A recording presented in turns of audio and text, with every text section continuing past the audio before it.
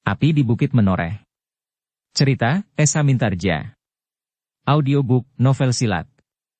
Bab 539. Kemarahan pemimpin penyamun itu telah membakar ubun-ubunnya. Dengan geram ia pun berkata, biarlah keempat orang itu melanjutkan perjalanannya.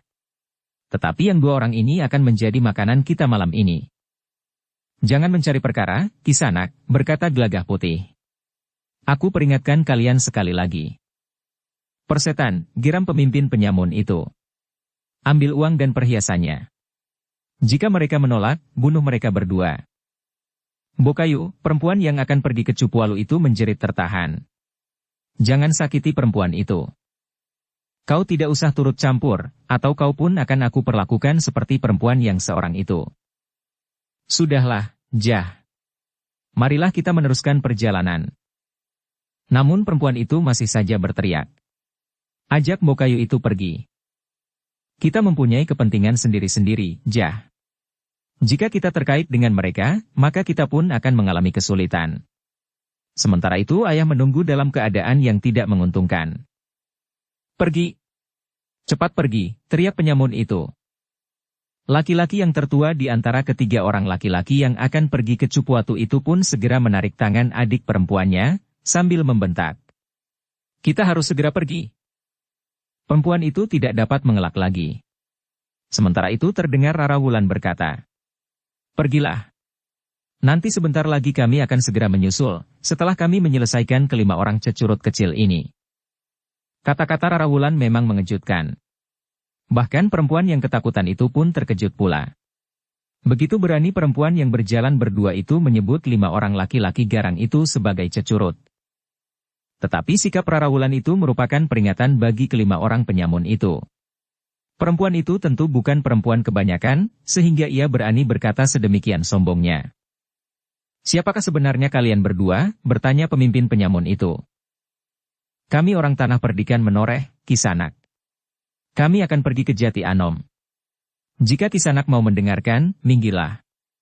Tetapi jika Kisanak tetap saja mau berbuat jahat, maka kami akan dapat berbuat jauh lebih kasar dari apa yang akan kalian lakukan. Persetan, geram pemimpin penyamun itu. Ambil apa yang dapat kita ambil dari mereka. Jika mereka melawan, habisi saja mereka. Keempat kawannya pun segera bersiap. Mereka mulai berpencar serta mempersiapkan diri untuk segera menyerang. Gelagah Putih dan Rara Wulan pun segera bersiap pula. Sementara itu keempat orang yang akan pergi ke Cupuatu itu telah melanjutkan perjalanan mereka. Tetapi perempuan yang pergi bersama mereka itu sekali-sekali masih berpaling. Perempuan itu sempat melihat dalam keremangan, para penyamun itu mulai menyerang Gelagah Putih dan Rara Wulan. Kalian jangan menyesal kalau tubuh kalian akan terkapar di jalan ini. Mungkin binatang buas dari hutan tambak baya itu akan datang mencabik-cabik tubuh kalian. Atau besok akan diketemukan oleh orang-orang yang lewat di jalan ini. Tetapi kata-kata orang itu patah. Tiba-tiba saja kaki Gelagah Putih telah bersarang di mulutnya. Orang itu pun terpelanting jatuh menimpa seorang kawannya. Terdengar orang yang tertimpa kawannya itu mengumpat kasar. Kedua-duanya jatuh bergulir di tanah berdebu. Orang yang tertimpa kawannya itu pun segera meloncat bangkit. Sedang yang seorang lagi masih harus menyeringai menahan sakit. Rasa-rasanya tulang rahangnya telah menjadi retak. Dalam pada itu, 2 orang di antara mereka pun bersama-sama telah menyerang Rara Wulan. Tetapi dengan loncatan yang ringan, Rara Wulan telah melenting menghindar. Bahkan kemudian Rara Wulanlah yang menyerang seorang di antara mereka. Demikianlah, maka sejenak kemudian telah terjadi perkelahian yang sengit di antara mereka. Kelima orang itu segera mengerahkan segala kemampuan mereka. Tetapi ternyata mereka telah membentur kekuatan yang berada jauh di atas jangkauan mereka. Dalam pada itu, keempat orang yang akan pergi ke Cupuatu itu berjalan semakin cepat.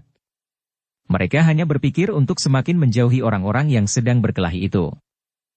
Setelah berhasil menguasai kedua orang laki-laki dan perempuan itu, maka mungkin sekali kelima orang penyamun itu akan mengejar mereka. Mungkin bukan uang dan harta yang mereka kehendaki, tetapi karena salah satu dari mereka adalah seorang perempuan, maka kemungkinan buruk dapat terjadi pada perempuan itu. Namun keempat orang itu terkejut, ketika tanpa disadari perempuan yang ada di antara mereka berempat itu berpaling. Mereka melihat dua orang laki-laki dan perempuan yang berkelahi melawan 5 orang penyamun itu telah berada di belakang mereka. Bokayu, desis perempuan itu di luar sadarnya. Bahkan perempuan itu pun tiba-tiba saja berhenti. Kau baik-baik saja. Aku tidak apa-apa, jawab Rara Wulan sambil tertawa. Tetapi, bagaimana dengan para penyamun itu? Mereka tidak akan mengejar kita lagi. Kami telah membuat mereka tidak berdaya. Bukan hanya malam ini, tetapi untuk selanjutnya mereka tidak akan dapat menyamun lagi. Kami telah membuat mereka tidak berdaya untuk selanjutnya. Mereka telah mati? Tidak. Kami tidak membunuh mereka. Mereka memang terluka, tetapi luka-luka mereka akan sembuh. Tetapi mereka sudah tidak akan mampu lagi menyamun. Ketiga orang laki-laki yang akan pergi ke Cupuatu itu menjadi berdebar-debar. Mereka merasa bersalah bahwa mereka tidak membantu kedua orang laki-laki dan perempuan itu. Karena itu, maka orang tertua di antara mereka pun berkata dengan suara bergetar. Maafkan kami, Kisanak. Kami telah melakukan kesalahan yang besar dengan meninggalkan Kisanak berdua dalam keadaan yang sulit. Gelagah Putih dan Rara Wulan tersenyum. Dengan nada datar Gelagah Pulih berkata, Sudahlah, Kisanak. Aku mengerti. Kalian memang tidak pernah terlibat dalam perselisihan sehingga harus mempergunakan kekerasan. Dari mana kau mengetahuinya? Bertanya seorang di antara ketiga orang laki-laki yang akan pergi ke Cupuatu itu. Cara kalian memegang senjata. Kalian memang membawa senjata, tetapi kalian tidak terbiasa mempergunakannya. Tetapi seharusnya kami membantu kalian berdua. Bukan sebaliknya malah menyalahkan kalian berdua. Sudahlah. Marilah kita berjalan terus. Bukankah waktu kalian tidak terlalu banyak? Orang-orang yang akan pergi ke Cupuatu itu tidak menjawab. Meskipun mereka segera melanjutkan perjalanan, namun terasa bahwa mereka masih saja ragu-ragu. Karena itu, maka Gelagah Putih dan Rara Wulanlah yang kemudian berjalan di depan. Dalam ke-8 malam, ke-6 orang itu pun berjalan terus. Beberapa saat kemudian, mereka pun telah melewati alas tambak raya yang lebat dan garang itu. Ke-6 orang itu masih berjalan beberapa lama. Mereka melewati bulak-bulak panjang. Namun kemudian mereka pun melewati pula padukuhan-padukuhan. Keempat orang yang akan pergi ke Cupuatu itu masih juga bertanya-tanya di dalam hati, siapakah kedua orang laki-laki dan perempuan itu sebenarnya? Apakah mereka benar-benar orang baik-baik, atau mereka sebenarnya menyimpan satu kepentingan bagi mereka berempat? Namun akhirnya mereka pun menjadi semakin dekat dengan Cupuatu. Di tengah malam, mereka berenam pun telah memasuki regol padukuhan Cupuatu. Padukuhan yang menjadi tujuan ketiga orang laki-laki dan seorang perempuan itu. Kisanak, berkata yang tertua di antara keempat orang itu. Kami sudah sampai di Cupuatu. Jika Kisanak berkenan, aku persilahkan Kisanak singgah sebentar. Gelagah Putih dan Rara Wulan saling berpandangan sejenak. Gelagah Putihlah yang kemudian menjawab. Baiklah, Kisanak. Kami akan singgah sebentar. Terima kasih atas kesediaan Kisanak berdua. Tetapi rumah ayahku tidak lebih besar dari sebuah gubuk yang sudah mulai rapuh. Itu bukan soal, Kisanak, jawab Gelagah Putih. Mereka pun kemudian berhenti di depan sebuah regol halaman yang tidak begitu luas. Inilah rumah ayahku itu. Rara Wulan mengangguk-angguk sambil bertanya. Dengan siapa ayah kalian itu tinggal? Bersama ibu. Aku tinggal di gubuk sebelah. Agaknya laki-laki itu telah diminta oleh ibunya menjemput adik perempuannya yang tinggal di seberang alas Mentaok. Beberapa saat kemudian, mereka pun telah berada di halaman. Perlahan-lahan laki-laki yang tertua itu mengetuk pintu rumah yang nampaknya memang sederhana. Siapa? Terdengar suara perempuan. Aku, Nyi. Kakang? Ya. Sejenak kemudian terdengar langkah tergesa-gesa menuju ke pintu. Itu istriku, Kisanak, berkata laki-laki tertua itu. Pintu pun kemudian terbuka. Laki-laki tertua itu dengan serta-merta bertanya. Bagaimana dengan ayah? Belum ada perubahan, Kang. Perempuan yang baru datang itu telah berlari masuk ke ruang dalam. Ayah, terdengar perempuan itu menjerit tertahan. Jangan menangis, Enduk. Ayahmu akan menjadi sangat gelisah. Biung, apakah ayah akan sembuh? Kita berdoa saja, Enduk. Apakah ayah tidak diobati? Perempuan itu terdiam. Namun terdengar suara perempuan yang lain. Kami sudah tidak mempunyai apa-apa lagi untuk membiayai pengobatan ayah, Jah. Kambing kami sudah kami jual. Sebenarnya kami sepakat untuk menjual sawah kami yang hanya sesobek kecil itu. Tetapi sawah itu masih berada di tangan orang. Kami sudah menggadaikannya sebulan yang lalu, ketika ayah baru mulai sakit. Jadi ayah tidak mendapat pengobatan lagi? Satu-satunya yang kita punya adalah halaman sempit serta rumah ini. Jika ini dijual pula, lalu ayah tinggal di mana? Gubuk kami di sebelah pun harus diusung pergi pula. Tetapi kemana? Pembicaraan mereka berhenti. Orang-orang yang baru datang lewat alas tambak baya itu pun telah berada di ruang dalam. Demikian pula Gelagah Putih dan Rara Wulan. Mereka duduk di sebuah tikar yang terbentang. Di ruang dalam itu terdapat sebuah amben bambu. Di amben bambu itulah orang yang sedang sakit itu terbaring. Dalam pada itu, Gelagah Putih dan Rara Wulan pun duduk pula bersama keluarga mereka yang menunggui orang yang sedang sakit itu. Perempuan yang ikut melintasi alas tambak baya itu berlutut sambil menangis di sisi ayahnya yang nampak sangat kurus. "Bagaimana keadaan ayah sekarang?" bertanya perempuan itu. "Semua anggota badanku terasa sakit, Jah." "Jadi selama ini ayah tidak diobati?" "Biungmulah yang meramu obat untukku." Perempuan itu pun berpaling kepada ibunya sambil bertanya. "Oh, apa yang Biung berikan kepada ayah?" "Yang dapat aku ketemukan di kebun kita sendiri, Jah. Seorang tetangga memberitahu agar ayahmu diobati dengan ketela gantung grandel. Akarnya, sedikit batangnya, kulit batangnya, daun, tangkai daun, bunga dan buahnya. Ibu telah membuatnya." "Ya, enduk. Setiap hari aku membuatnya, sehingga bagian-bagian ketela gantung grandel di belakang rumah sudah hampir habis." "Dan keadaan ayah tidak berubah?" "Tidak, enduk. Sakit ayahmu tidak berkurang." "Sebenarnya ayah itu sakit apa, Biung?" "Aku tidak tahu, Jah. Orang-orang menyebutnya sakit panastis. Panas dan etis. Kadang-kadang ayahmu merasa bagaikan dipanggang di atas api. Tetapi kadang-kadang ayahmu merasa seperti direndam di dalam Banyuwayu Sewindu yang dingin sekali, sehingga ayahmu menggigil." Oh, perempuan itu terisak. "Sudahlah, Jah. Jangan menangis." Suara ayahnya terdengar perlahan dan sendat. "Ayah sudah ikhlas meninggalkan kalian semuanya. Kalian harus hidup rukun sepeninggal ayah. Jaga biung kalian baik-baik." "Kakang, jangan berkata begitu," suara istrinya terdengar parau. Sedangkan anaknya yang tertua pun berdesis. "Kita masih harus berusaha, ayah. Tidak akan ada gunanya lagi, Ger. Yang Maha Agung yang Pengasih akan memberi jalan kepada kita, ayah. Apapun caranya. Untuk sementara biarlah Biung membuat ramuan dari bagian-bagian batang ketela gantung grandel. Meskipun ramuan itu sangat sederhana, tetapi jika ramuan itu dipergunakan oleh Yang Maha Agung untuk menyembuhkan ayah, maka ayah akan sembuh." Orang tua yang sakit itu menarik nafas panjang. Tetapi ia tidak menjawab lagi. Anaknya yang tertua itu pun kemudian berkata, "Biarlah ayah tidur. Menurut seorang kawanku, istirahat adalah bagian dari pengobatan." Orang tua itu mengangguk. Sejenak kemudian, anak yang tertua itu telah duduk bersama Gelagah Putih dan Rara Wulan.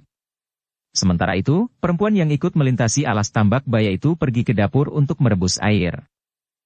Dalam pada itu, Gelagah Putih pun berkata kepada anak yang tertua itu, "Kisanak, aku tidak mengerti sama sekali tentang ilmu pengobatan. Tetapi seseorang pernah memberitahukan kepadaku bahwa sakit panastis itu dapat diobati dengan buah munggur, daunnya dan sedikit bunganya. Bagian-bagian dari pohon munggur itu dijemur sampai kering. Kemudian dibuat butiran-butiran kecil. Ramuan itu dapat ditelan pagi, siang dan sore hari." Namun Gelagah Putih itu pun terdiam ketika Rara Wulan menggamitnya sambil berdesis. "Kau yakin? Apakah tidak justru terjadi sebaliknya?" Gelagah Putih justru menjadi ragu-ragu. Katanya, "Bukankah seseorang pernah mengatakan kepada kita tentang buah munggur itu, beserta daunnya yang muda?" Tetapi Rara Wulan pun berkata, "Tetapi sebaiknya kalian cari saja tabib yang baik. Bukan sekedar seorang dukun yang hanya pandai berbicara menyombongkan diri, kemudian minta imbalan yang banyak. Minta syarat-syarat yang tidak masuk akal. Sebaiknya kalian menghubungi tabib yang mengerti benar ilmu obat-obatan. Tetapi, Kisanak, berkata anak yang tertua itu. Kisanak telah mendengar sendiri, bahwa untuk minta seorang tabib yang pandai mengobati ayahku, maka harus tersedia biaya yang cukup. Gelagah Putih dan Rarawulan saling berpandangan sejenak. Nampaknya keduanya mempunyai gagasan yang sama. Meskipun agak ragu, Gelagah Putih itu pun berdesis. Bukankah kita mempunyai bekal untuk membiayai tugas yang kita emban? Sekarang kita menghadapi tugas kemanusiaan. Aku sependapat, Kakang. Justru aku akan mengatakannya. Baiklah, berkata Gelagah Putih kemudian. Kami akan mencoba membantu Kisanak sekeluarga. Orang itu termangu-mangu sejenak. Sementara itu Gelagah Putih pun telah mengambil beberapa keping uang dari kampilnya. Kisanak, berkata Gelagah Putih sambil memberikan beberapa keping uang perak. Tidak seberapa. Tetapi mudah-mudahan akan dapat sedikit membantu. Mudah-mudahan seorang tabib yang baik akan bersedia mengobati ayah Kisanak itu dengan imbalan beberapa keping uang perak. Tetapi ingat, tabib yang baik. Jangan sembarang orang yang mengaku mampu mengobatinya. Orang itu justru menjadi bingung. Dipandanginya Gelagah Putih dan Rarawulan berganti-ganti. Terimalah, Kisanak, berkata Gelagah Putih. Apakah aku tidak sedang bermimpi, desis orang itu. Bahkan saudara-saudaranya pun saling berpandangan. Kenapa, bertanya Rarawulan. Kisanak, berkata orang itu. Bukankah keping-keping itu uang perak? Ya. Menurut pengertianku, uang itu nilainya banyak sekali. Jika uang itu Kisanak berikan kepadaku, lalu apa yang Kisanak kehendaki? Kami sudah tidak punya apa-apa. Kami tidak menghendaki apa-apa. Kami hanya ingin ayah Kisanak itu mendapatkan pertolongan. Tentu ada tabib yang benar-benar pandai yang dapat mengobati sakit ayah Kisanak itu. Tetapi uang ini? Kisanak, aku mendapat bekal untuk menjalankan tugasku. Bagiku, membantu pengobatan ayah Kisanak itu nilainya tidak kalah dengan tugasku yang lain, yang harus aku laksanakan itu. Siapakah sebenarnya Kisanak berdua? Kami memang orang-orang tanah perdikan menoreh yang sedang mengemban satu tugas. Hanya itu yang dapat aku katakan kepada Kisanak. Tetapi bukankah uang itu seharusnya kalian pergunakan untuk melaksanakan tugas itu? Sudah aku katakan, membantu usaha pengobatan bagi ayah Kisanak nilainya tidak kalah dengan tugas lain yang aku emban. Karena itu, aku tidak bersalah jika mempergunakan uang itu sedikit untuk pengobatan ayah Kisanak. Kami benar-benar salah menilai kalian berdua, Kisanak. Seharusnya kami tidak meninggalkan kalian berdua di alas tambak baya. Kami seharusnya berbuat sesuatu, meskipun ternyata tanpa bantuan kami, kalian tidak mengalami kesulitan apa-apa. Tidak, Kisanak. Kalian sudah melakukan sesuatu yang benar. Jika kalian ikut dalam perselisihan itu, pekerjaanku akan menjadi semakin berat, karena kami juga harus melindungi kalian. Orang itu menarik nafas panjang. Nah, jangan berpikiran macam-macam. Ambil uang itu, dan pergunakan sebaik-baiknya untuk penyembuhan ayah Kisanak. Lihat, berkata orang itu kepada saudara-saudaranya. Betapa murah hati kedua orang yang sebelumnya belum pernah kita kenal ini. Sudahlah. Gelagah Putih itu pun kemudian berpaling kepada Rarawulan. Sebaiknya kita meneruskan perjalanan kita. Marilah, Kakang, jawab Rarawulan. Nanti dulu, berkata orang itu. Kisanak berdua belum minum. Adikku sedang membuat minuman hangat bagi kita. Gelagah Putih dan Rarawulan termangu-mangu sejenak. Tetapi mereka tidak ingin membuat keluarga itu menjadi kecewa. Karena itu maka mereka pun menunggu sejenak, sehingga akhirnya minuman hangat itu pun dihidangkan oleh perempuan yang ikut menyeberangi alas tambak baya itu. Minuman hangat itu memang membuat Gelagah Putih dan Rarawulan merasa segar. Namun setelah mereka menghabiskan minuman mereka, maka mereka pun benar-benar minta diri untuk melanjutkan perjalanan. Kenapa kalian berdua tidak bermalam saja di sini? Bertanya anak yang tertua di antara mereka. Terima kasih, Kisanak. Perjalanan kami masih jauh. Baiklah, Kisanak. Jika Kisanak berdua menginap di sini, kami juga tidak dapat memberikan tempat yang pantas. Bukan itu masalahnya. Tetapi kami memang ingin segera sampai ke Jati Anom. Ternyata Gelagah Putih dan Rara Wulan memang tidak dapat dicegah. Keduanya pun kemudian minta diri kepada seluruh keluarga. Tetapi agaknya orang yang sakit itu sedang tidur, sehingga Gelagah Putih dan Rara Wulan tidak minta diri kepadanya. Sampaikan saja kepada ayah kalian. Semoga lekas sembuh. Terima kasih, Kisanak, jawab anak yang tertua itu. Sejenak kemudian, maka Gelagah Putih dan Rara Wulan melanjutkan perjalanan mereka. Mudah-mudahan ada seorang tabib yang dapat mengobatinya, desis Rara Wulan. Tentu ada. Masalahnya hanyalah karena mereka sudah tidak mempunyai uang sama sekali. Mungkin ada seorang tabib yang mau menolong tanpa minta imbalan apa-apa. Tetapi justru karena mereka tidak mempunyai apa-apa, maka sebelumnya mereka sudah merasa segan. Sedangkan tabib itu akan dengan senang hati menolongnya tanpa imbalan, jika diminta. Karena mungkin tabib itu tidak tahu bahwa ada orang sakit yang memerlukan pertolongannya. Ya. Rara Wulan mengangguk-angguk. Orang-orang yang tidak mempunyai apa-apa, kadang-kadang merasa dirinya dijauhi oleh orang lain, meskipun sebenarnya tidak demikian. Mereka merasa diri mereka rendah dan tidak berharga sama sekali. Sedangkan sebenarnya orang lain tidak menganggapnya demikian. Meskipun memang ada orang yang disebut kadang koneng, orang yang hanya mau bersahabat dan berkumpul dengan orang-orang dari tataran yang tinggi, serta tidak mau berkenalan dan apalagi bergaul dengan orang-orang dari tataran yang lebih rendah. Gelagah Putih mengangguk-angguk. Sementara itu, dari Cupuatu, Gelagah Putih dan Rara Wulan berjalan ke arah timur. Perjalanan yang ditempuh masih sangat jauh dibandingkan dengan padukuhan Cupuatu. Tetapi Jati Anom barulah langkah pertama dari pengembaraannya. Ketika di langit nampak bintang Panjer Esuk di arah timur, yang cahayanya melampaui terangnya bintang-bintang yang lain, maka keduanya pun sepakat untuk berhenti di sebuah gubuk di tengah sawah. Tidurlah, berkata Gelagah Putih kepada Rara Wulan. Masih ada waktu sedikit. Rara Wulan memang berbaring di gubuk itu, tetapi Rara Wulan tidak dapat tidur. Bahkan ia pun kemudian berkata, Aku hanya ingin beristirahat, Kakang, tetapi aku tidak merasa mengantuk. Kakang sajalah yang tidur. Meskipun aku berbaring, tetapi mataku tidak mau terpejam. Aku juga tidak mengantuk. Aku bahkan merasa lebih enak duduk bersandar tiang ini. Rara Wulan tidak berkata apa-apa lagi. Tetapi matanya benar-benar tidak mau terpejam. Setiap kali bayangan orang yang sakit itu timbul di angan-angannya.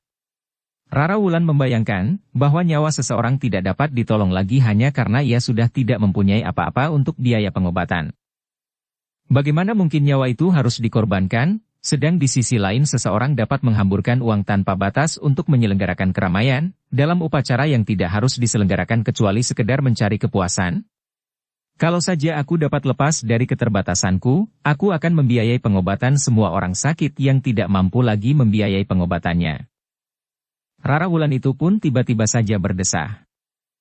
Ada apa Rara? Bertanya Gelagah Putih. Kalau saja aku menjadi seorang ratu, desis Rara Wulan. Ratu? Kenapa kalau kau menjadi seorang ratu? Ah, aku telah bermimpi meskipun aku tidak tidur. Mimpi apa? Aku dapat mengulurkan tangan kepada setiap orang yang membutuhkan. Terutama untuk menyelamatkan jiwa seseorang. Menyelamatkan jiwa? Bukan mempertahankan nyawa seseorang. Itu tentu tergantung kepada Yang Maha Agung. Tetapi membantu setiap usaha penyembuhan bagi orang-orang yang sakit, yang tidak mempunyai kemampuan untuk mendapatkan pengobatan. Meskipun akhirnya tergantung kepada Yang Maha Agung, bukankah berusaha itu dibenarkan? Gelagah Putih mengangguk-angguk. Katanya. Ya. Kita memang wajib berusaha. Namun dalam pada itu, keduanya pun terdiam. Mereka mendengar desir langkah kaki seseorang berjalan di pematang menuju ke gubuk kecil itu. Rara Wulan pun kemudian bangkit dan duduk di gubuk itu. Seorang laki-laki yang bertubuh tinggi tegap, melangkah menyusuri pematang menuju ke gubuk itu. Di pundaknya dipanggulnya sebuah cangkul.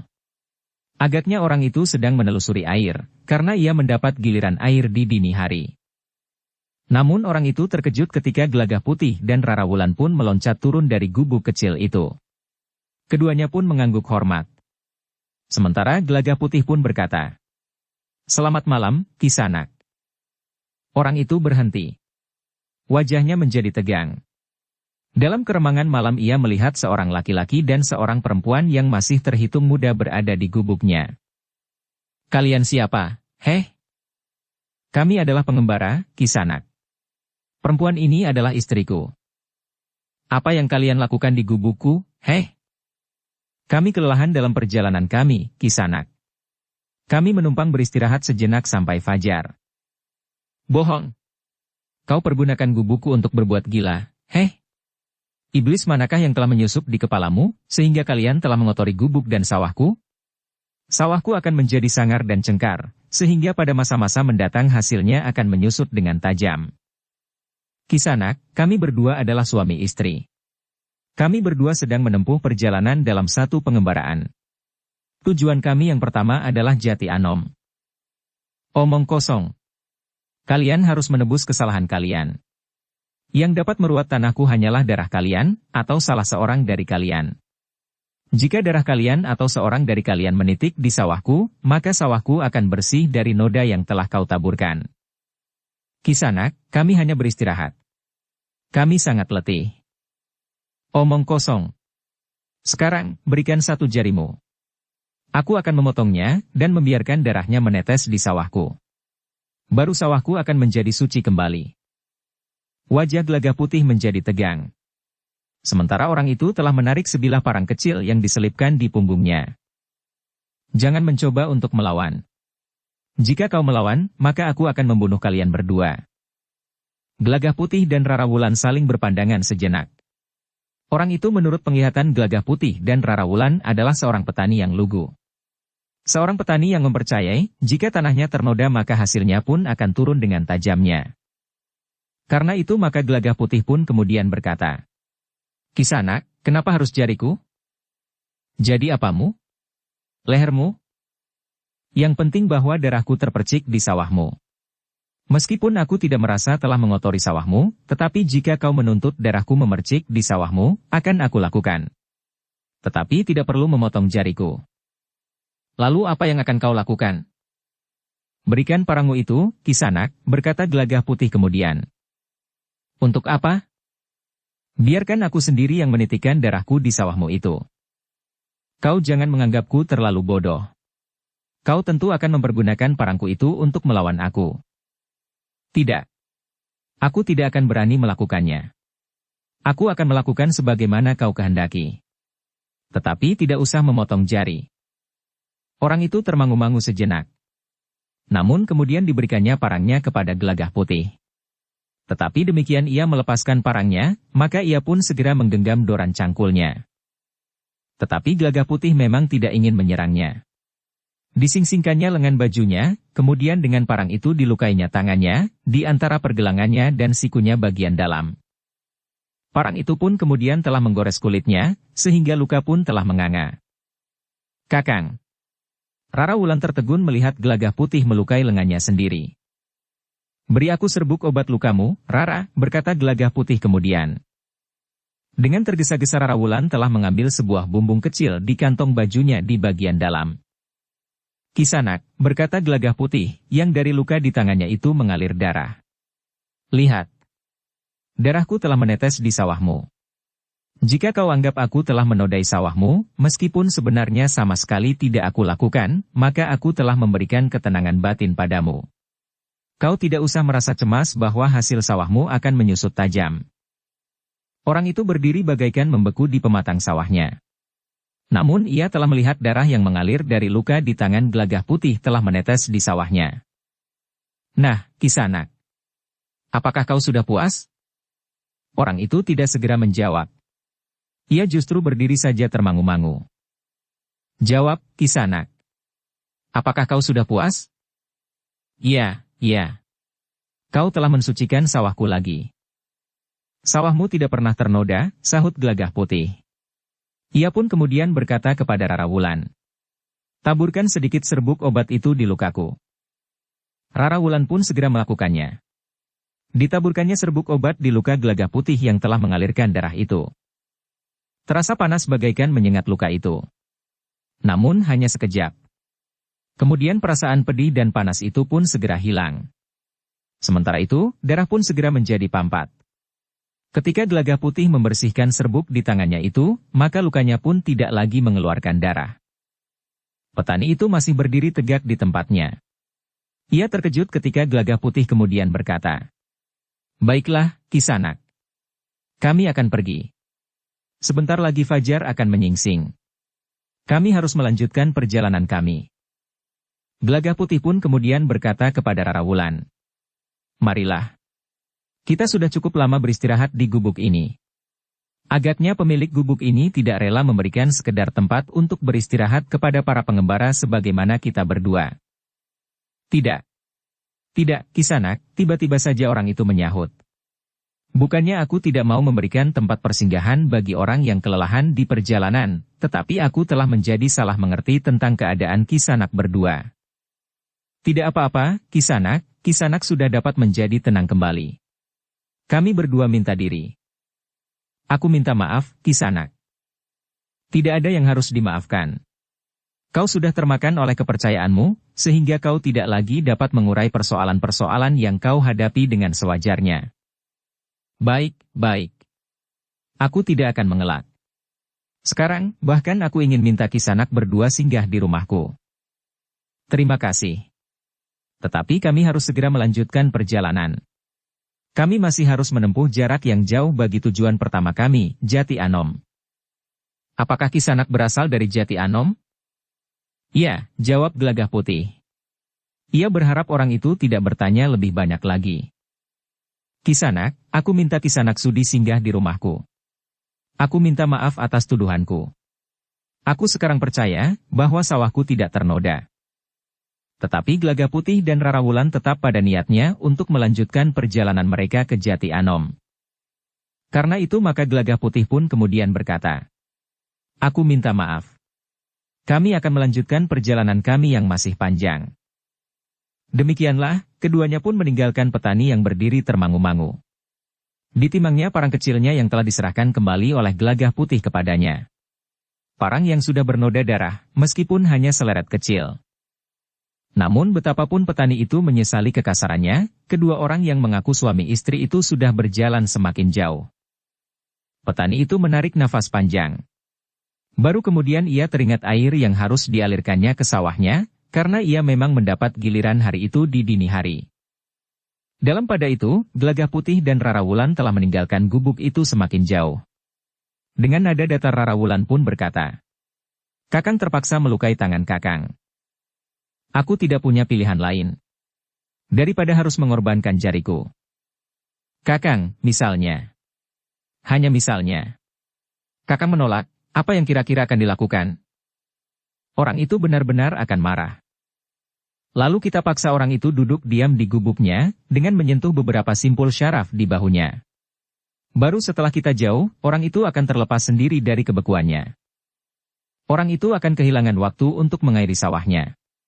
Karena gilirannya di dini hari, maka baru besok menjelang fajar ia dapat mengairi sawahnya. Padinya yang sedang bunting itu, jika terlambat mengairinya, akan dapat menimbulkan masalah. Akhirnya hasil sawah orang itu kemudian memang akan menurun tajam. Petani itu akan semakin yakin bahwa sawahnya telah menjadi sangar. Rara Wulan mengangguk-angguk. Sambil tersenyum ia bertanya, "Selain itu, maka orang itu akan selalu dibayangi oleh kecemasan, bahwa untuk selanjutnya sawahnya tidak akan menghasilkan." "Ya. Karena itulah maka lebih baik mengorbankan darahku beberapa titik. Bukankah tidak berpengaruh apa-apa padaku? Kecuali sekejap disengat pedih saat kau taburkan serbuk obat pemampat darah itu." Rara Wulan masih saja mengangguk-angguk. Ketika mereka kemudian sampai di Kali Opak, maka keduanya pun sempat mencuci mukanya. Di musim kemarau, air di Kali Opak tidak begitu deras, sehingga dapat diseberangi tanpa harus mempergunakan rakit. Sementara itu, langit pun sudah menjadi terang. Beberapa orang telah nampak berjalan beriring. Beberapa orang perempuan menggendong dagangannya, sementara beberapa orang laki-laki memikul kayu bakar atau hasil kebun mereka. Agaknya mereka akan pergi ke pasar yang tidak jauh lagi di sebelah timur Kali Opak. Setelah berbenah diri sekedarnya, maka Gelagah Putih dan Rara Wulan pun melanjutkan perjalanan mereka pula. Mereka berjalan beriringan dengan orang-orang yang akan pergi ke pasar. Jika kita tidak berhenti di Cupuatu dan di gubuk itu, kita tentu sudah sampai di Gondang. Bahkan sudah melewatinya. Gelagah Putih tersenyum. Katanya. Bukankah kita perlu beristirahat? Rara Wulan mengangguk. Meskipun demikian ia pun menyahut. Tetapi Kakang justru harus melukai tangan Kakang. Gelagah Putih tersenyum sambil menyahut. Tetapi dengan demikian, bukankah kita tidak lagi mengantuk? Aku memang tidak mengantuk. Ya. Kau tidak mengantuk. Tetapi kau sedang bermimpi, meskipun kau tidak tidur. Rara Wulan pun mengerutkan dahinya. Namun ia pun tersenyum pula. Beberapa saat kemudian, mereka pun telah melewati sebuah pasar yang ramai. Meskipun matahari baru terbit, tetapi rasa-rasanya pasar itu sudah mulai penuh dengan orang-orang berjualan dan yang akan berbelanja. Gelagah Putih dan Rara Wulan pun kemudian telah duduk di sudut pasar itu. Mereka duduk di sebuah lincak bambu yang panjang, di depan seorang penjual nasi serta wedang serai yang hangat. Semalaman kita tidak tidur. Minuman hangat dan nasi megana itu akan membuat kita menjadi segar kembali, berkata Gelagah Putih. Keduanya pun tidak lagi menghiraukan orang-orang yang semakin berdesakan di pasar itu. Semakin tinggi matahari, maka semakin banyak orang yang datang ke pasar untuk berbelanja. Gelagah Putih dan Rara Wulan bergeser ketika dua orang laki-laki yang tinggi tegap duduk pula di lincak itu, serta membeli nasi megana dan wedang serai dengan gula kelapa. Setiap kali orang yang duduk di sebelah Rara Wulan itu berpaling dan memperhatikannya. Bahkan kemudian orang itu mulai tersenyum-senyum. Tetapi Rara Wulan sama sekali tidak menghiraukannya. Perhatiannya sepenuhnya tertuju kepada nasi megana dan minuman hangatnya. Namun akhirnya perhatian Rara Wulan mulai tertarik kepada kedua orang itu ketika mereka mulai berbicara. Tempat ini tidak menguntungkan, berkata yang seorang. Seorang yang lain pun menyahut. Apanya yang tidak menguntungkan? Kali Opak merupakan benteng yang sangat kokoh bagi Mataram. Mungkin ada kekuatan gaib yang terdapat di Kali Opak itu, seakan-akan merupakan pelindung bagi Mataram. Pelindung bagaimana? Ketika Pajang berniat menyerang Mataram, maka serangan itu telah tertahan di Kali Opak. Pasukan Pajang yang kuat itu harus kembali ke Pajang. Bahkan Kanjeng Sultan Hadiwijaya telah terjatuh dari gajahnya, sehingga terluka parah. Sultan Hadiwijaya memang sudah sakit sebelum berangkat perang. Ya. Tetapi pasukannya yang kuat telah digulung oleh banjir bandang Kali Opak. Bukan hanya banjir air, tetapi banjir batu yang tertumpahkan dari Gunung Merapi. Ya. Kau kira cerita itu mempunyai arti yang wantah? Maksudmu? Kau kira yang terjadi benar-benar seperti cerita itu? Aku tidak tahu, jawab kawannya. Mungkin benar kata orang, bahwa sebenarnya Kali Opak tidak banjir air, apalagi batu. Tetapi kekuatan yang sangat besar telah menghentikan pasukan Pajang di Kali Opak. Nah, kemudian apa yang terjadi dengan pasukan Adipati Pragola dari Pati? Pasukannya sangat kuat. Seluruh kekuatan di sebelah utara Gunung Kendeng telah dihimpunnya. Ketika pasukan yang tidak terhitung kekuatannya itu mengalir ke Mataram, maka pasukan Pati itu telah terhenti di Kali Opak. Akhirnya pasukan Pati itu harus terpukul mundur saat menyeberang Kali Opak, oleh pasukan Mataram yang lebih kecil, yang dihimpun dengan tergesa-gesa. Jadi, bagaimana menurut pendapatmu? Jika kita akan membangun landasan, sebaiknya justru di sebelah barat Kali Opak di sebelah timur, dan di sebelah timur Kali Praga di sebelah barat. Jika kita membangun landasan kekuatan di sebelah barat Kali Praga, maka pasukan itu harus menghadapi pasukan Tanah Perdikan Menoreh lebih dahulu. Kita harus ingat pengalaman buruk kita, bahwa pasukan kita pernah dihancurkan oleh pasukan Tanah Perdikan Menoreh. Itu dahulu, jawab yang lain. Tetapi sekarang keadaannya sudah berbeda. Kekuatan kita sudah berlipat 15. Pasukan Tanah Perdikan Menoreh tidak akan mampu lagi berbuat apa-apa di hadapan kita. Tetapi bagaimanapun juga, kita harus mengusulkan agar pemusatan kekuatan harus dilakukan di sebelah barat Kali Opak dan di sebelah timur Kali Praga. Namun tiba-tiba kawannya berdesis. Pes, nanti saja kita bicara lagi. Sekarang marilah kita makan dan minum. Aku ada kerja yang lain, yang tidak kalah mengasyikkan daripada berbicara tentang landasan kekuatan itu. Apa? Orang itu tersenyum. Namun orang itu memberi isyarat kepada kawannya, bahwa di sebelahnya duduk seorang perempuan. Aku sudah melihat sejak tadi. Pest, orang itu berdesis.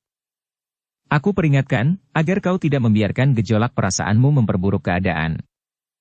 Kenapa harus memperburuk keadaan? Jika kau terlibat dalam persoalan yang tidak ada hubungannya dengan kepentingan kita, maka kau akan merusak kesempatan kita, meskipun kita telah berada di sini. Merusak apa? Tidak akan ada persoalan apa-apa. Percayalah, segalanya akan berlangsung lancar-lancar saja. Kau memang gila. Tetapi pada suatu saat, kau akan mengalami kesulitan karena tingkahmu itu. Orang itu tertawa. Rara Wulan menarik nafas panjang. Justru karena ia memperhatikan pembicaraan orang itu, maka ia pun tahu apa yang akan dilakukan oleh orang yang duduk di sebelahnya. Namun dalam pada itu, meskipun ia tidak mendengar seluruh pembicaraan kedua orang itu, tetapi Rara Wulan dapat mengerti apakah yang mereka maksudkan. Meskipun keduanya tidak menyebutkan dengan jelas, tetapi Rara Wulan pun mengerti bahwa mereka tentu orang-orang yang mengaku para murid dari perguruan Kedung Jati. Tetapi Rara Wulan masih tetap berdiam diri. Tetapi ia tidak lagi memusatkan perhatiannya kepada nasi dan minuman hangatnya. Tetapi Rara Wulan justru hanya berpura-pura saja tidak menghiraukan keadaan di sekelilingnya dan hanya memperhatikan makan dan minumnya. Orang yang duduk di sampingnya itu mulai memperhatikannya lagi. Setiap kali orang itu berpaling bahkan sambil tersenyum. Sekali-kali orang itu menyentuh Rara Wulan dengan sikunya. Jika Rara Wulan bergeser sedikit menjauhinya, maka orang itu bergeser pula mendekat. Bahkan kemudian orang itu telah bertanya kepada Rara Wulan.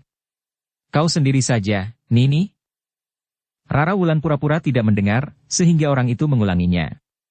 Kau sendiri saja, Nini? Rara Wulan seakan-akan masih belum mendengarnya. Karena itu, maka orang itu pun bertanya lagi. Apakah kau hanya sendiri saja, heh? Rara Wulan pun berpaling karena orang itu menggamitnya. Kau bertanya kepadaku? Ya. Oh, maaf. Aku kira yang kau panggil Nini itu seorang gadis kecil. Aku berbicara dengan kau. Kenapa kau panggil aku Nini? Panggil aku Bibi, atau setidak-tidaknya panggil aku Mbokayu. Anakku sudah hampir sebesar kau ini. Gila. Aku sudah hampir ubanan, sahut orang itu. Oh, kau sudah hampir ubanan? Tetapi kenapa kau masih saja sibuk memperhatikan perempuan? Perempuan gila. Sekarang jawab pertanyaanku. Apakah kau sendiri? Aku bersama suamiku. Yang duduk di sebelahku ini adalah suamiku. Ya, Kisanak. Gelagah Putih menyahut sambil tersenyum-senyum. Aku suaminya. Kenapa kau diam saja sejak aku bertanya kepada istrimu? Maaf, Kisanak. Aku tidak mengerti bahwa kau berbicara dengan istriku. Tiba-tiba saja Rara Wulan membentak. Diam kau. Kau tidak usah turut campur. Tidak, Nyi, jawab Gelagah Putih. Kau bentak-bentak suamimu, bertanya laki-laki yang duduk di sebelah Rara Wulan. Laki-laki tidak tahu diri. Makan dan minum sajalah. Jangan hiraukan aku. Iya, Nyi. Aku sudah makan. Apakah kau sudah kenyang? Sudah, Nyi. Baik. Duduk sajalah yang baik. Laki-laki yang duduk di sebelah Rara Wulan itu tertawa. Ia pun kemudian bertanya. Kenapa dengan suamimu itu? Ia hanya tahu makan dan minum. Ia akan melakukan apa saja yang aku perintahkan. Bagus, laki-laki itu tertawa. Lalu bertanya. Sekarang kau mau kemana? Kemana saja. Aku memang sering berada di sini. Hei. Ketika Rara Wulan tersenyum, laki-laki itu menggamit kawannya. Aku mau pergi. Ikut apa tidak? Kau mau pergi kemana? Jangan bertanya. Jika kau mau ikut, ikut sajalah. Jika tidak, tunggu aku di sini. Tunggu di sini sampai kapan? Sampai sore. Gila. Aku ikut saja. Bukankah kau akan membawa perempuan ini? Tetapi berhati-hatilah. Orang itu tertawa. Dilemparkannya beberapa keping uang kepada penjual nasi itu sambil bertanya. Kurang? Aku bayar semuanya yang kami makan dan minum berempat. Terlalu banyak, Kisanak. Tunggu, ada uang kembalinya. Ambil saja. Penjual itu menjadi keheranan. Ambil kembalinya. Terima kasih. Terima kasih, Kisanak. Orang itu pun kemudian meninggalkan tempat itu bersama Rara Wulan dan kawannya. Sementara itu Rara Wulan pun berkata kepada Gelagah Putih. Ikuti aku. Kenapa ia harus ikut? Bertanya laki-laki itu. Biar saja. Jika kau memerlukan sesuatu, aku dapat menyuruhnya mencarikannya. Aku pun tidak mau ia melarikan diri dariku. Aku masih memerlukannya. Jarang ada laki-laki sebaik suamiku. Laki-laki itu tertawa. Katanya. Baiklah. Jika kau menganggapnya laki-laki yang sangat baik, sehingga kau masih sangat memerlukannya. Tetapi bukankah ia tidak akan mengganggu? Tidak. Ia tidak akan mengganggu. Ketiga orang itu pun segera berdesakan dengan orang-orang yang ada di pasar itu, menuju ke pintu gerbang. Sementara Gelagah Putih mengikutinya. Sebenarnya lah bahwa Gelagah Putih mendengar pula percakapan kedua laki-laki itu. Seperti Rara Wulan, Gelagah Putih pun dapat menduga bahwa kedua orang itu tentu orang-orang yang mengaku murid-murid dari perguruan Kedung Jati. Karena itu maka ia tanggap akan maksud Rara Wulan, sehingga Gelagah Putih pun mencoba menyesuaikan dirinya dengan sikap Rara Wulan. Demikianlah, maka sejenak kemudian keduanya pun telah keluar dari pintu gerbang pasar. Sejenak laki-laki yang mengajak Rara Wulan itu menjadi ragu-ragu. Namun akhirnya ia pun berkata, ikut aku. Kita pergi ke bukit itu. Bukit mana? Bukit di sebelah selatan itu. Ke hutan di perbukitan itu? Ya. Tetapi kawannya berkata, kau gila. Kenapa orang itu kau bawa ke sana? Orang itu pun berdesis perlahan. Mereka tidak akan pernah keluar lagi. Perempuan ini akan menjadi penghuni sarang kita. Tetapi yang lain menyahut perlahan. Keberadaannya di sarang kita akan dapat menimbulkan persoalan. 10 orang yang ada di sarang kita itu akan dapat bertengkar karena keberadaannya. Tidak seorang pun yang akan berani melawan aku. Kau memang sudah gila. Tiba-tiba saja Rara Wulan bertanya. Apa yang kalian bicarakan? Tidak apa-apa, jawab orang yang mengajak Rara Wulan itu. Lalu katanya. Marilah. Aku punya rumah di belakang perbukitan itu. Kau akan aku ajak melihat-lihat rumahku. Kau tinggal di hutan di sebelah bukit itu? Tentu tidak. Aku tinggal di sebelah hutan itu. Di pinggir jalan setapak yang naik ke atas bukit itu. Ada sebuah candi yang sebagian sudah runtuh di atas bukit itu. Namun Rara Wulan pun dengan ragu-ragu menjawab. Sebaiknya aku tidak ikut pergi ke hutan itu. Aku takut. Apa yang kau takutkan? Macan, atau binatang buas yang lain. Ada aku. Jangan takut.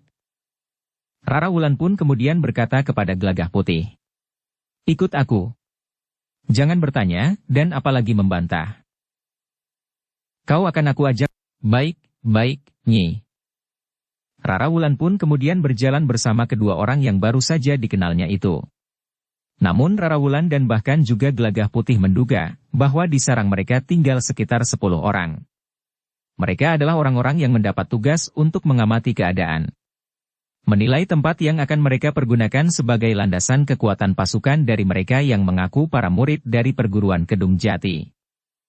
Rara Wulan sebenarnya memang agak ragu. 10 orang harus mereka hadapi berdua. Rara Wulan dan Gelagah Putih belum tahu seberapa tinggi kemampuan dari ke-10 orang itu.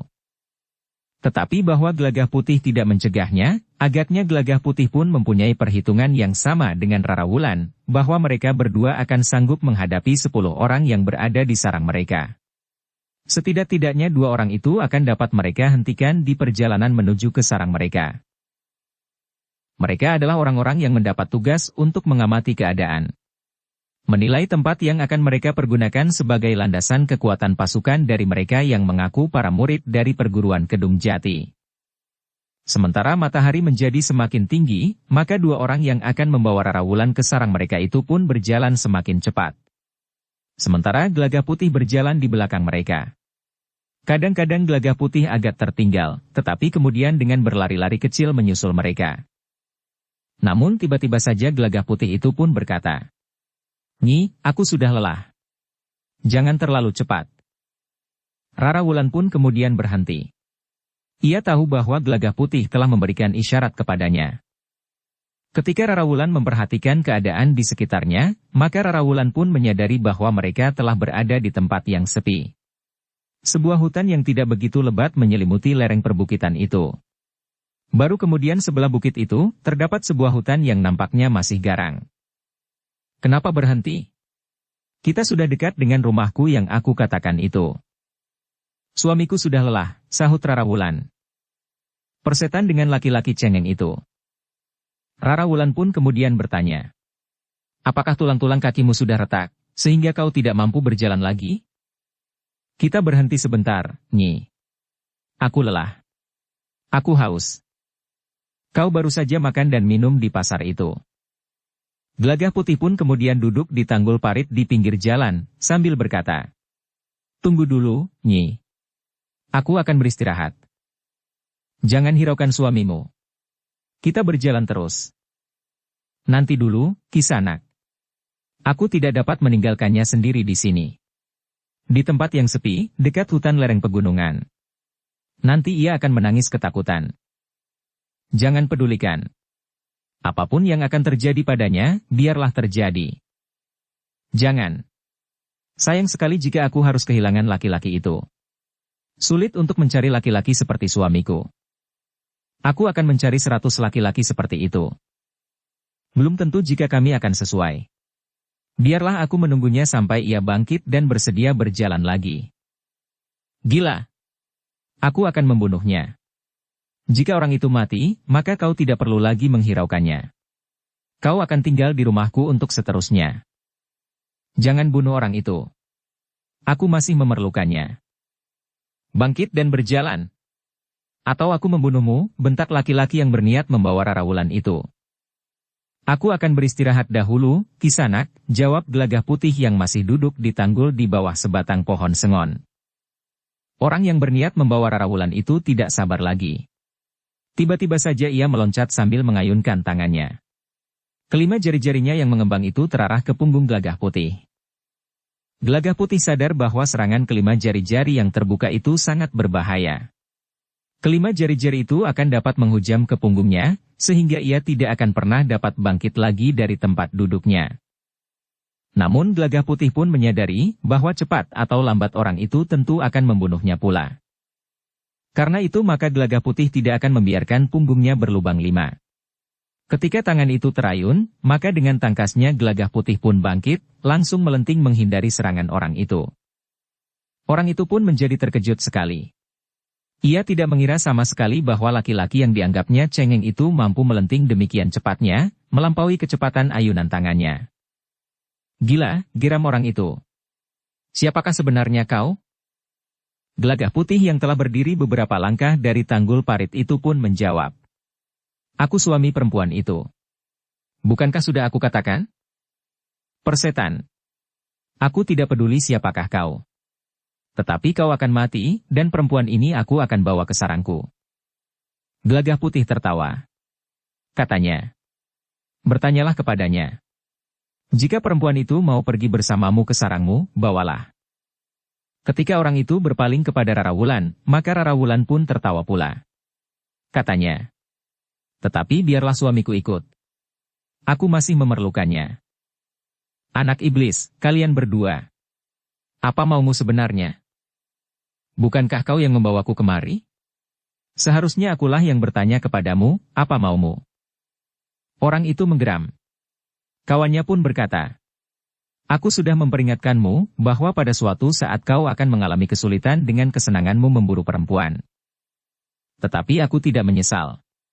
Aku akan membunuh laki-laki itu, dan membawa perempuan itu ke sarang. Ia tidak akan dapat mengelak lagi. Bahkan karena tingkahnya, aku akan melemparkannya kepada kawan-kawan kita.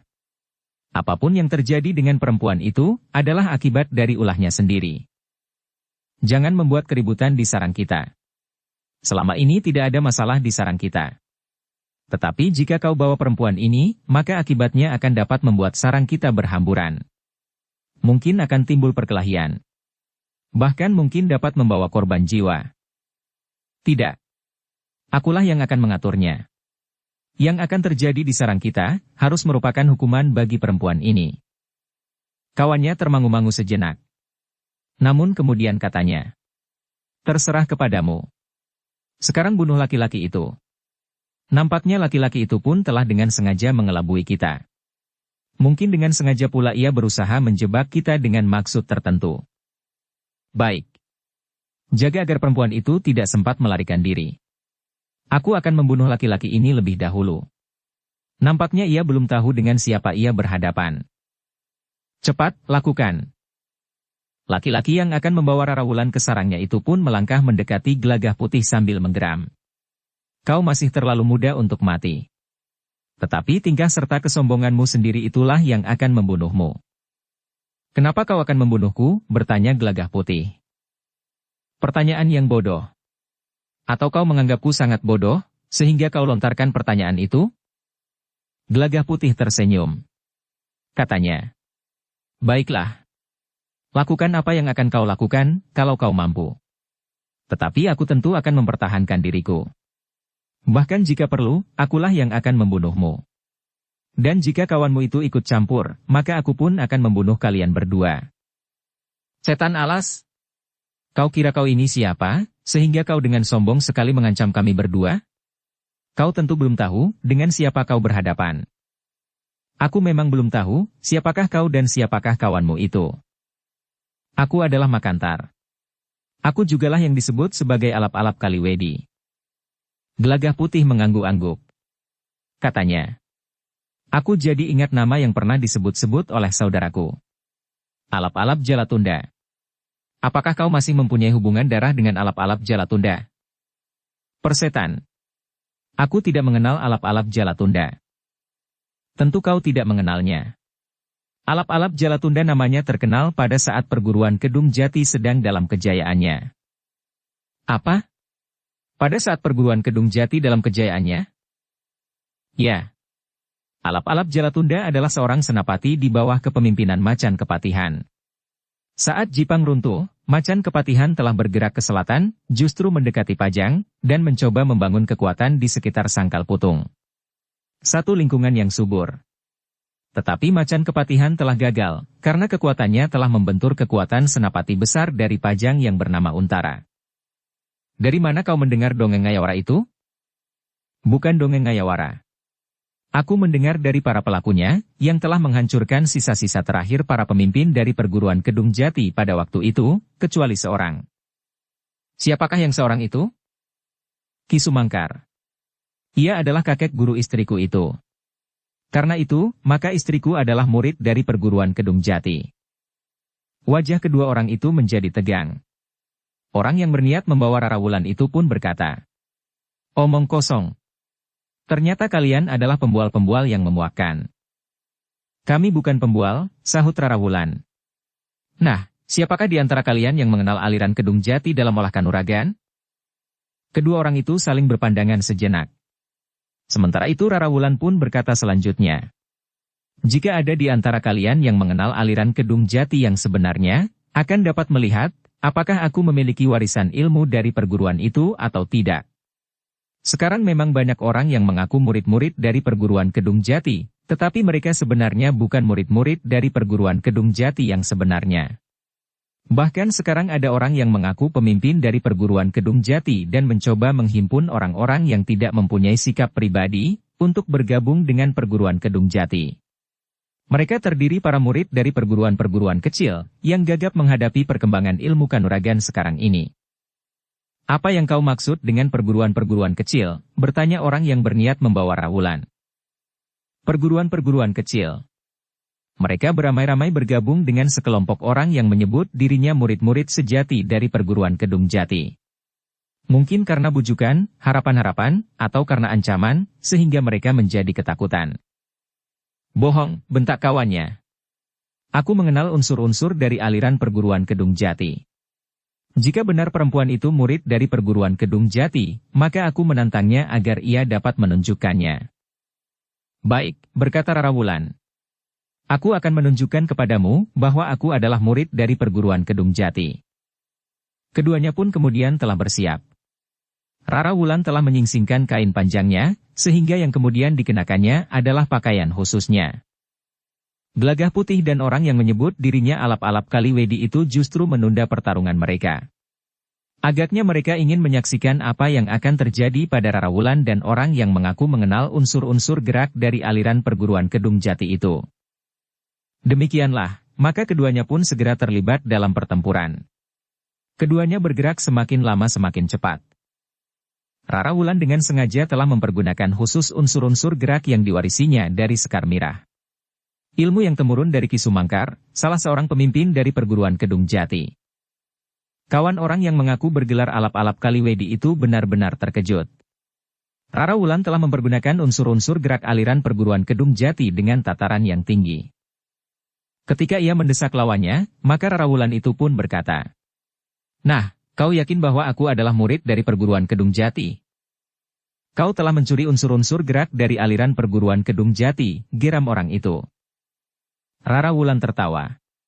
Katanya, "Apa yang dapat aku curi dari orang-orang yang mengaku murid dari perguruan Kedung Jati? Kau misalnya. Kau masih seperti pemula yang baru mulai berguru di padepokan Kedung Jati. Anak iblis, kau." Yang duduk di sebelah Rara Wulan. "Aku akui bahwa kau pun telah mempergunakan unsur-unsur gerak dari perguruan Kedung Jati. Tetapi ternyata kau masih belum menguasai dasar ilmu perguruan Kedung Jati sepenuhnya. Dasarnya saja belum, lalu apa yang kau andalkan? Heh." Orang itu menghentakkan ilmunya. Tetapi ilmunya yang bersumber dari perguruan Kedung Jati memang masih terlalu rendah. Ketika Rara Wulan mendesaknya, maka Rara Wulan pun segera melihat bahwa unsur-unsur yang kemudian muncul adalah sama sekali bukan unsur-unsur gerak dari perguruan Kedung Jati. "Nah, sekarang kau akan membuka dirimu. Kau akan hadir dengan kenyataan tentang aliran yang kau kuasai. Persetan dengan aliran perguruan Kedung Jati. Aku memang tidak mempunyai hubungan dengan perguruan Kedung Jati." "Persetan kau, perempuan iblis," geram orang yang berniat membawa Rara Wulan dan bergelar alap-alap Kaliwedi. "Kami berdua akan membunuh kalian berdua." "Kau akan ikut dalam permainan ini?" bertanya Gelagah Putih. "Aku akan membunuhmu, kawanku itu akan membunuh perempuan iblis itu." "Marilah, alap-alap Kaliwedi. Aku pun sudah siap untuk terjun dalam permainan yang agaknya akan sangat mengasyikkan ini. Persetan dengan kesombonganmu. Bersiaplah untuk mati." Orang itu pun segera meloncat menyerang Gelagah Putih. Sementara Rara Wulan masih bertempur melawan yang seorang lagi, yang akhirnya tidak lagi terikat kepada ilmu aliran perguruan Kedung Jati.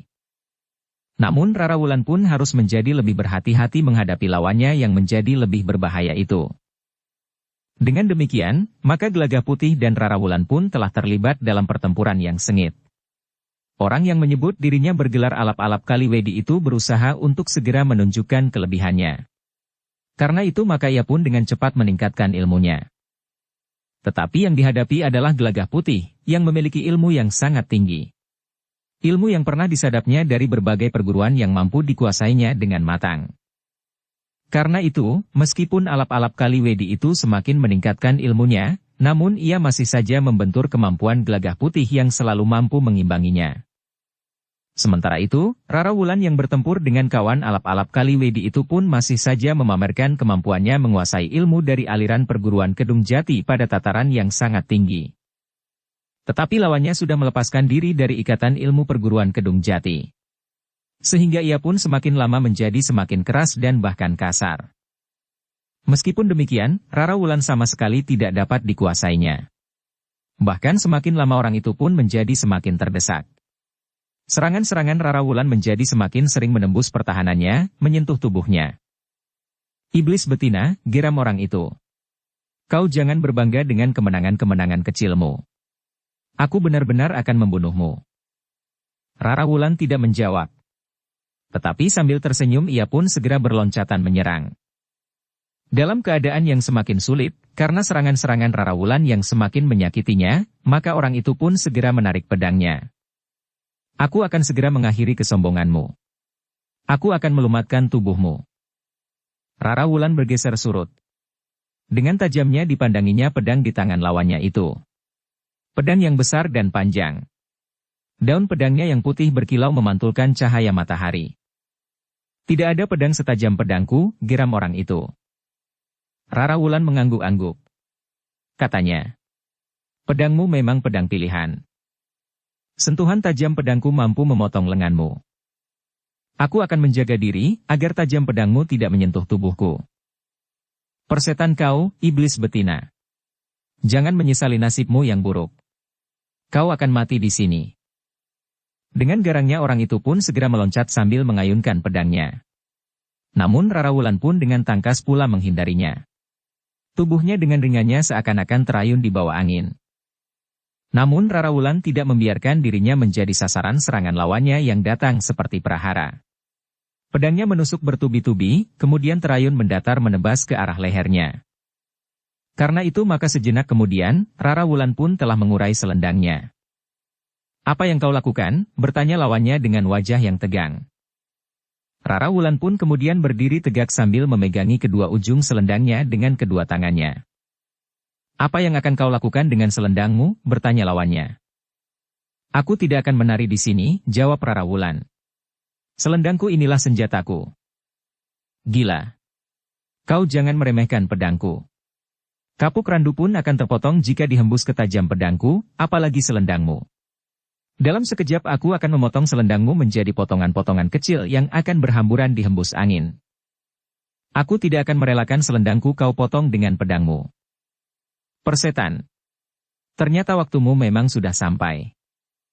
Orang itu pun tidak lagi menunda-nunda serangannya. Dengan garangnya ia memutar pedangnya, semakin lama menjadi semakin cepat. Kakinya berloncatan dengan mantap, seirama dengan ayunan pedangnya. Tetapi Rara Wulan bergerak lebih cepat lagi. Tubuhnya seakan-akan sama sekali tidak berbobot lagi. Loncatan-loncatannya menjadi semakin panjang, sedangkan tubuhnya itu kadang-kadang bagaikan mengambang. Sementara itu selendangnya pun berputaran. Kadang-kadang ujung-ujungnya seakan-akan melambai, namun tiba-tiba saja ujung selendang itu pun mematuk seperti kepala seekor ular. Ternyata lawannya segera mengalami kesulitan menghadapi selendang Rara Wulan. Ketika ujung selendang itu mematuk dan mengenai dadanya, maka orang itu terlempar beberapa langkah surut. Patukan ujung selendang itu rasa-rasanya bagaikan hentakan segumpal batu panas. Tulang-tulangnya terasa nyeri sekali. Orang itu bahkan tidak mampu mempertahankan keseimbangannya, sehingga ia pun kemudian jatuh berguling di tanah. Orang itu berniat segera bangkit berdiri. Tetapi ia harus menyeringai menahan sakit di bagian dalam dadanya. Namun Rara Wulan tidak memanfaatkan kesempatan itu. Ia justru berdiri saja sambil tersenyum menyaksikan orang yang tertatih-tatih berdiri itu. Orang yang kesakitan itu pun kemudian menuding Rara Wulan dengan pedangnya sambil menggeram. Kemampuanmu mempergunakan selendang sebagai senjata itu bukan kau warisi dari perguruan Kedung Jati. Ternyata pengenalanmu atas ilmu Kedung Jati baru pada dasarnya saja. Kau belum mengetahui beberapa jenis ilmu menggunakan berbagai macam senjata, pada tataran ilmu yang tinggi pada perguruan Kedung Jati, itulah sebabnya, kau tidak tahu bahwa beberapa orang murid perempuan terbaik dari perguruan Kedung Jati menguasai ilmu ini. Orang itu termangu-mangu sejenak. Ia menjadi ragu, apakah yang dikatakan perempuan itu benar atau sekedar membodohinya saja. Dalam pada itu, orang yang bertempur melawan Gelagah Putih pun harus melihat kenyataan pula. Orang yang menyebut dirinya alap-alap Kaliwedi itu merasa tidak akan mampu mengimbangi ilmu lawannya yang masih terhitung muda itu. Terngiang kembali peringatan yang diberikan oleh kawannya, bahwa pada suatu saat ia akan mengalami kesulitan dengan perhatiannya yang berlebihan terhadap perempuan. Sebenarnya lah bahwa ia telah mengalaminya.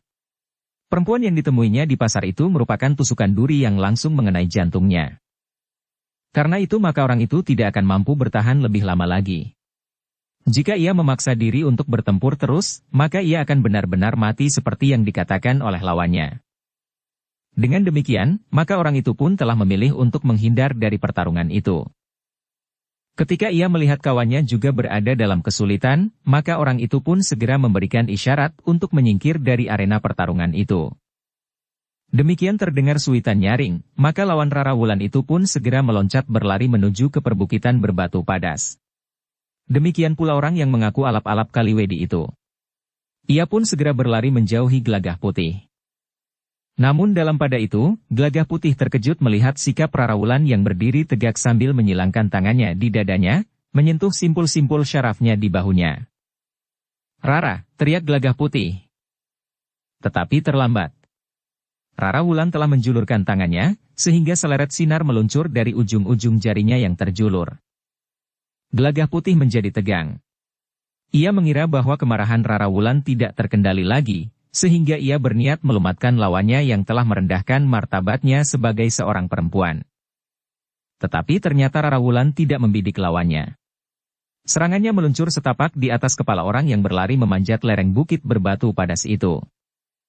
Ketika serangan Rara Wulan itu membentur tebing, maka terdengar sebuah ledakan seperti suara guruh di langit. Batu-batu padas pun pecah berhamburan meluncur dari tebing perbukitan itu. Kedua orang yang sedang berlari memanjat tebing itu terkejut bukan buatan. Sementara itu mereka tidak mempunyai waktu untuk berbuat sesuatu. Batu-batu padas itu meluncur, menghanyutkan mereka kembali turun dari tebing.